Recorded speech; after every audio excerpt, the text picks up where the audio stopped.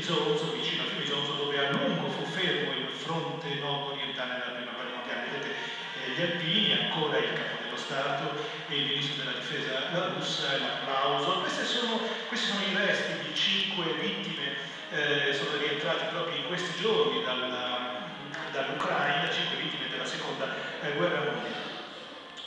Dunque, dicevamo, tra breve ci sarà il discorso del Capo dello Stato qui all'interno del teatro Lorenzo da Ponte a Vittorio Veneto, dove appunto si svolge la cerimonia ufficiale.